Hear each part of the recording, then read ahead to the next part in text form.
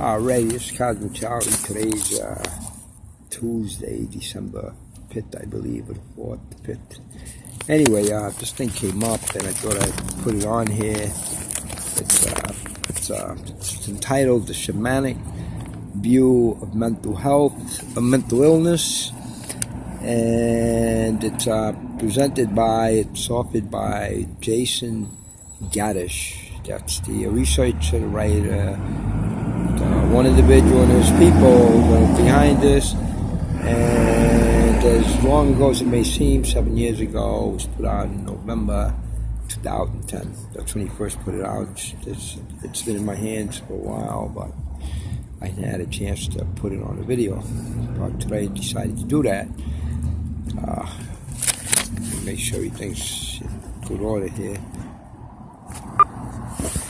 Anyway, so Jason Gaddish, Gaddis, has a website.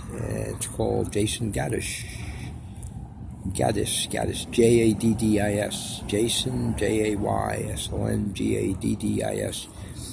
and so most of this is just reading and stuff, so bear with me, and he goes on to say, I am reprinting this from an email I received from Alado-Bosch. That's a West African shaman whom I've had the privilege to meet, drive around Boulder, and work for 2 days. Boulder, I assume that's Boulder, Colorado. Since I'm going through what I believe to be a spiritual emergence, I am reading a lot on the topic. I want to continue to educate others that what we sometimes call depression, bipolar, psychosis, schizophrenia might actually be a significant transformation in consciousness in a necessary stage on the path of human development. While this is a long article, it's well worth the read of those interested in the subject, particularly if you have suffered from a mental illness or treat those with a mental illness. You might also like to read the short post and Beyond Medication, Holistic Psychiatry. That again is the name of the post. Beyond Medication Holistic Psychiatry. And since I get so many private emails about this post, please ask to join our private community on Facebook here. Here is the excerpt from Stephanie Moran's book, The Natural Medicine Guide to Schizophrenia. Now, this is what a shaman sees in a mental hospital. In the shamanic view, mental illness signals the birth of a healer. That's explained by one Malidoma Patrice Sommet. Thus, mental disorders are spiritual emergencies, spiritual crises, and need to be regarded as such to aid the healer in being born. With those in the West view as mental illness, the Gara people regard as good news from the other world. The person going through the crises has been chosen as a medium for a message to the community that needs to be communicated from the spirit realm. Mental disorder, behavioral disorder of all kinds, signal the fact that two obvious incompatible energies have merged into the same field. And so says Dr. Sommet. These disturbances result when the person does not get assistance. What is this thing here? Okay, let's see if I can remove this thing here somehow. It's getting in the way of vision here. Anyway, let me see, I was saying,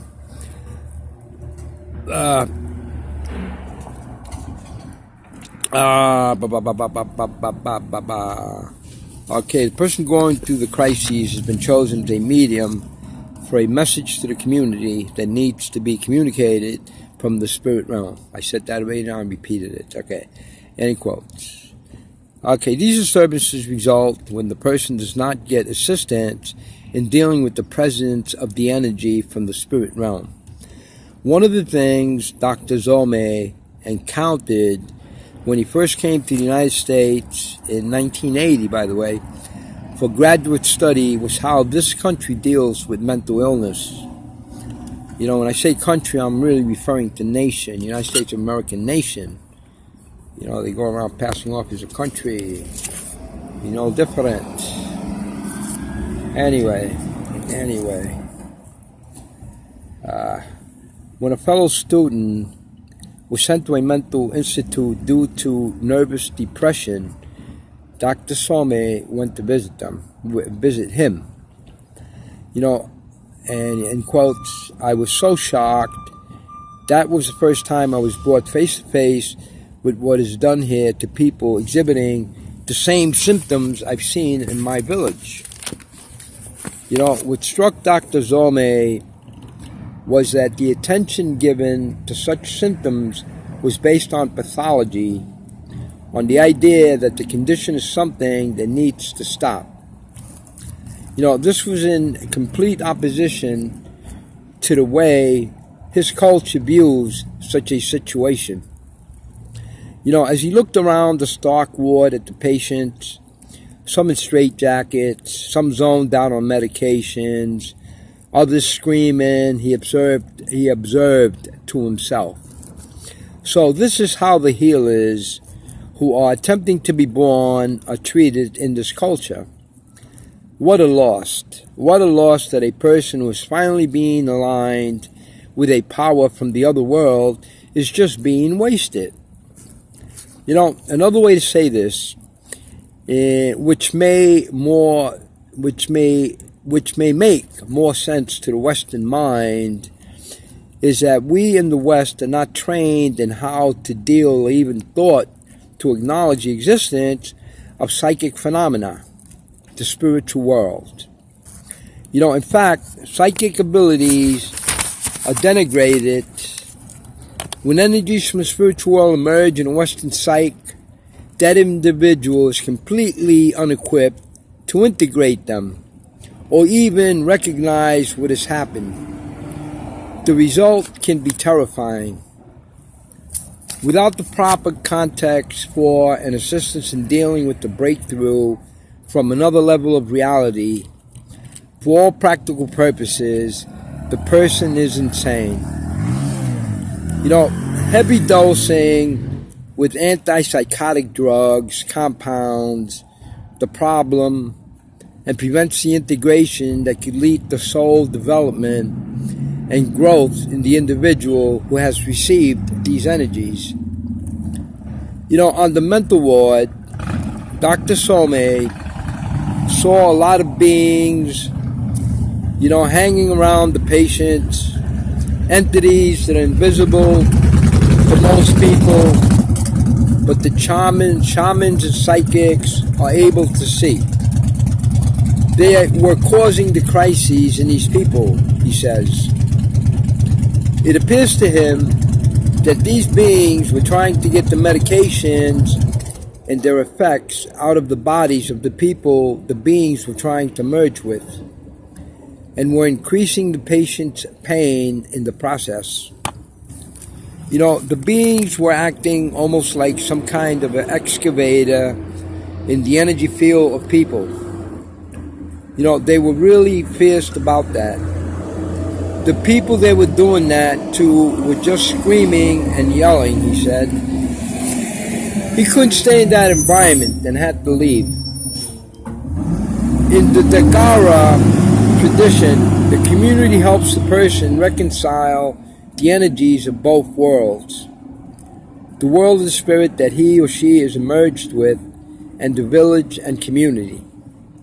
You know, that person is able then to serve as a bridge between the worlds and help the living with information and healing they need. Thus, the spiritual crisis ends with the birth of another healer. The other world's relationship with our world is one of sponsorship, Dr. Shaman explains. More often than not, the knowledge and skills that arise from this kind of merger are a knowledge and a skill that is provided directly from the other world. Hey now, bro.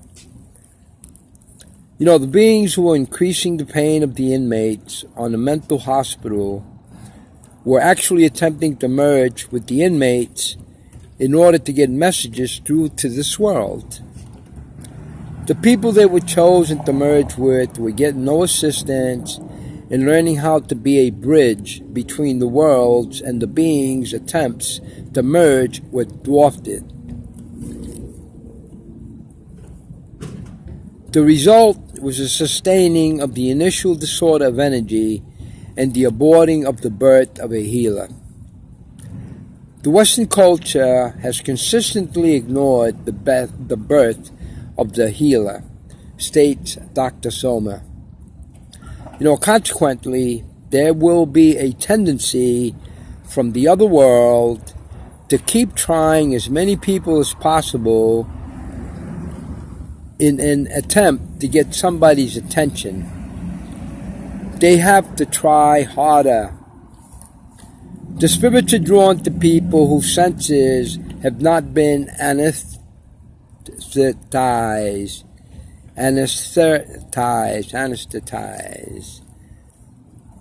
The sensitivity is pretty much read as an invitation to come in, he notes. You know, those who develop so-called mental disorders are those who are sensitive, which is viewed in Western culture as oversensitivity. You know, indigenous cultures don't see it that way, and as a result, sensitive people don't experience themselves as overly sensitive. In the West, it is the overload of the culture they're in that is just wrecking them, observes Dr. Some.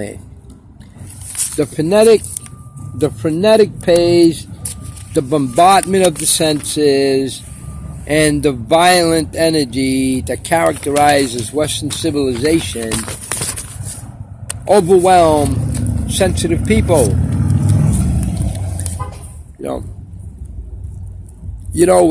With schizophrenia, there is a special receptivity to a flow of images and information which cannot be controlled, says Dr. Some. You know, when this kind of rush occurs at a time that is not personally chosen, and particularly when it comes with images that are scary and contradictory, the person goes into a fucking frenzy.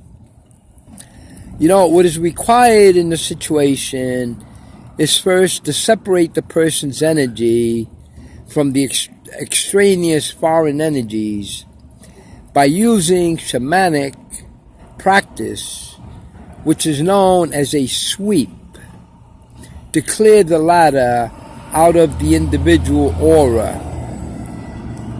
You know, with the clearing of their energy field, the person no longer picks up a flood of information, and so no longer has a reason to be scared and disturbed, explains Dr. Zoma.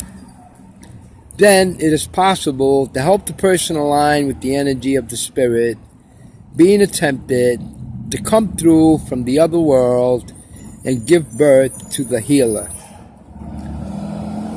Then it is possible to help the person align with the energies of the spirit being attempted, attempting to come through from the other world and give birth to the healer, as I said before. The blockage of that emergencies is what creates problems. The energy of the healer is a high voltage energy, he observes. When it is blocked, it just burns up the person. It's like a short circuit. Fuses are blowing. This is why it can be really scary. And I understand why this culture prefers to confine these people. Here they are yelling and screaming, and they're put into a straitjacket. That is a sad image. Again, the shamanic approach is to work on aligning the energies so there is no blockage. Fuses aren't blowing, and the person can become the healer they are meant to be. It needs to be noted at this point, however, that not all of the spirit beings that enter a person's energetic field are there for the purpose of promoting healing. There are negative energies as well, which are undesirable presences in the aura. In those cases, the shamanic approach is to remove them from the aura, rather than work to align the discordant energies. Let me tell you about Alex, crazy in the United States, in the USA, healer in Africa. To test his belief that the shamanic view of mental illness holds true in the Western world, as well as in indigenous cultures, Dr. Soma took a mental patient back to Africa with him to his village. I was prompted by my own curiosity to find out whether there's truth in the universality that mental illnesses could be connected with an alignment with a being from another world, says Dr. Soma. Alex was an 18-year-old American who had suffered a psychotic break when he was 14. He had hallucinations, was suicidal, and went through cycles of dangerously severe depression. He was in a mental hospital and had been given a lot of drugs, but nothing was helping. The parents had done everything, unsuccessfully, says Dr. Soma. They didn't know what else to do. With their permission, Dr. Soma took their son to Africa. After 8 months there, Alex had become quite normal, Dr. Soma reports. He was even able to participate with healers in the business of healing, sitting with them all day long and helping them, assisting them in what they were doing with their clients. He spent about 4 years in our village. Alex stayed by choice, not because he needed more healing. He felt, and this is in quotes, much safer in the village than in America. To bring his energy and that of the being from the spiritual realm into alignment, Alex went through a shamanic ritual designed for that purpose. Although it was slightly different from the one used with the Dagala people. He wasn't born in the village, so something else applied. But the result was similar, even though the ritual was not literally the same, explains Dr. Soma. The fact that aligning the energy worked to heal Alex demonstrated to Dr. Soma that the connection between other beings and mental illness is indeed universal. After the ritual, Alex began to share the messages that the spirit being had for this world. Unfortunately, the people he was talking to didn't speak English. Dr. Soma was away at that point. The whole experience led, however, to Alex's going to college to study psychology. He returned to the United States after 4 years because he discovered that all the things that he needed to do had been done, and he could then move on with his life. The last that Dr. Soma heard was that Alex was in graduate school in psychology at Harvard. No one had thought he would ever be able to complete undergraduate studies, much less get an advanced degree. Dr. Soma sums up what Alex's mental illness was all about. He was reaching out. It was an emergency call. His job and his purpose was to be a healer. He said no one was paying attention to that. After seeing how well the shamanic approach worked for Alex, Dr. Zoma concluded that spirit beings are just as much an issue in the West as in his community in Africa. Excuse me.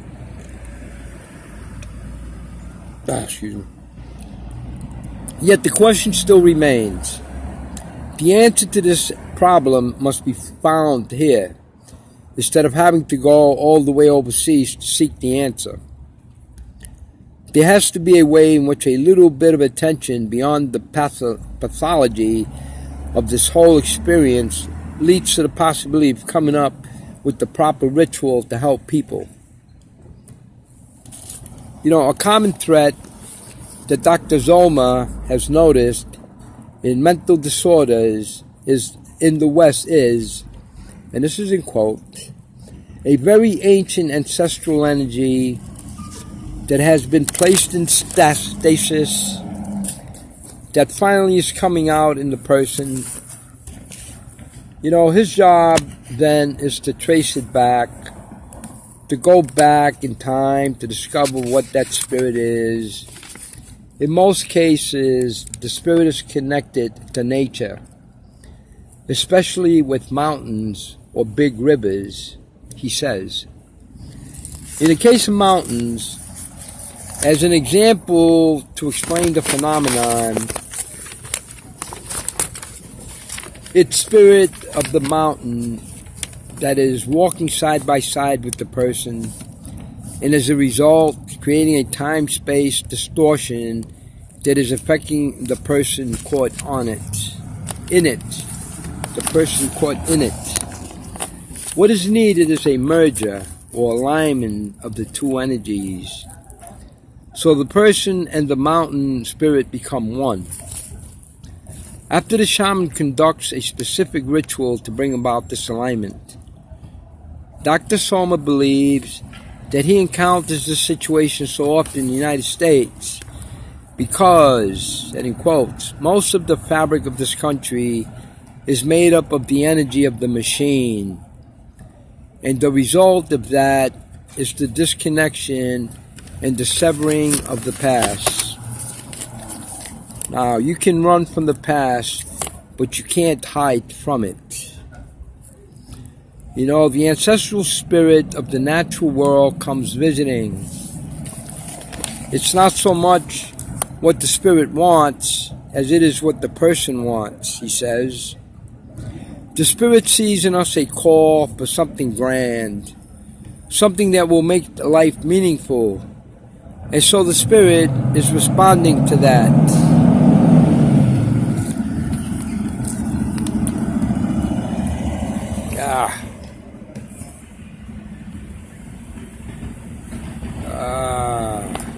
That call, which we don't even know we are making, reflects a strong longing for a profound connection, a connection that transcends materialism and possession of things and moves into a tangible cosmic dimension.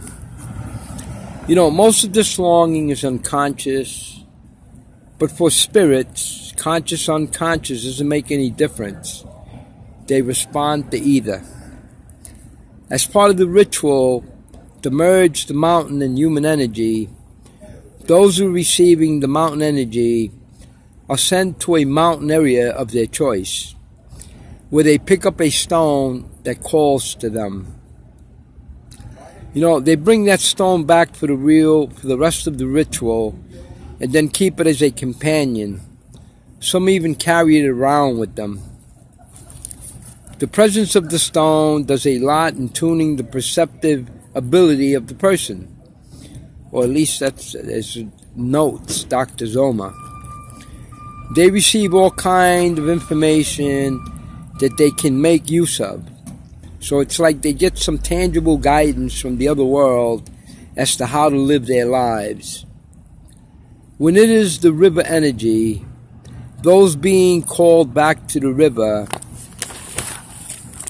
and after speaking to the river spirit, find a water stone to bring back for the same kind of ritual as with the mountain spirit. People think something extraordinary because must be done in an extraordinary situation like this, he says. That's not usually the case. Sometimes it is as simple as carrying a stone. You know, one of the gifts a shaman can bring to the Western world is to help people rediscover ritual, which is so sadly lacking. You know, the abandonment of ritual can be devastating.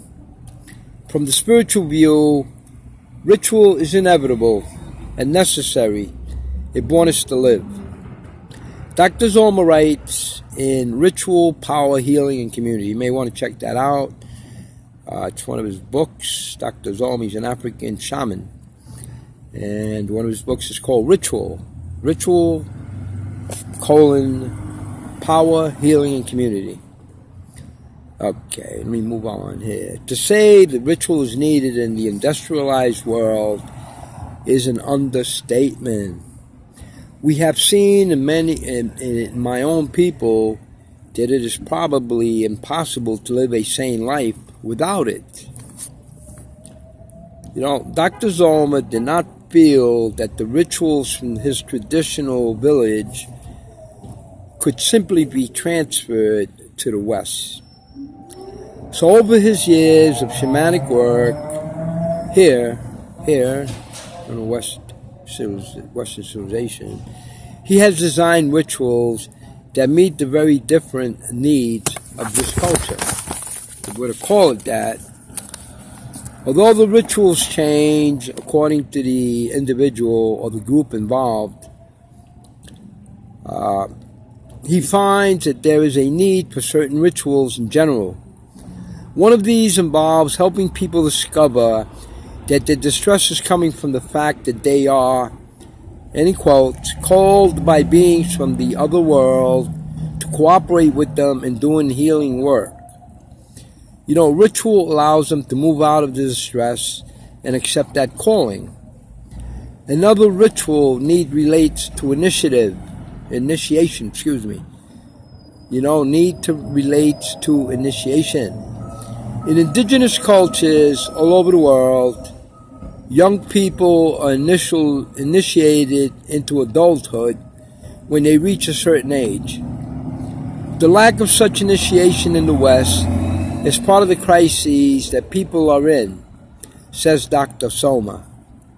He urges communities to bring together, you know, the creative juices of people who have had this kind of experience, in an attempt to come up with some kind of an alternative ritual that would at least begin to put a dent in this kind of crises. You know, another ritual that repeatedly speaks to the need of those coming to him for help entails making a bonfire and then putting into the bonfire items that are symbolic of issues carried inside the individual. It might be the issue of anger and frustration against an ancestor who has left a legacy of murder and enslavement, or anything, things that the descendant has to live with, he explains. If these are approached as things that are blocking the human imagination, the person's life purpose, and even the person's view of life as something that can improve, then it makes sense to begin thinking in terms of how to turn that blockage into a roadway that can lead to something more creative and more fulfilling. You know, the example of issues within ancestors touches on rituals designed by Dr. Zolma that address a serious dysfunction in Western society and in the process trigger enlightenment in participants. You know, these are ancient rituals, and the dysfunctions they are aimed at is the mass turning of the back on ancestors.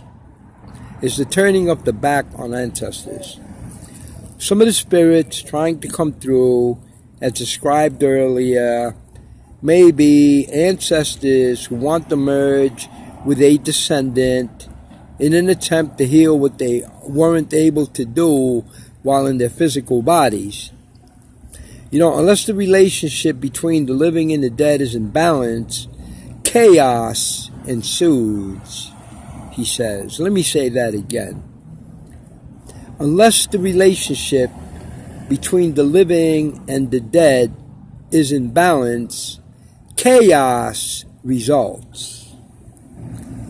The Dagara believe that if such an imbalance exists, it is the duty of the living to heal their ancestors.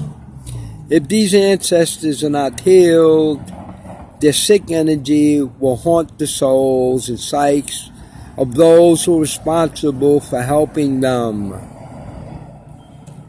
The rituals focus on healing the relationship with our ancestors, both specific issues of an individual ancestor and the larger cultural issues contained in our past. Dr. Zoma has seen extraordinary healing occur at these rituals. Taking a sacred ritual approach to mental illness, rather than regarding the person as a pathological case, gives the person affected, and indeed the community at large, the opportunity to begin looking at it from that vantage point too, which leads to a whole plethora of opportunities and ritual initiative that can be very, very beneficial to everyone present, states Dr. Zoma.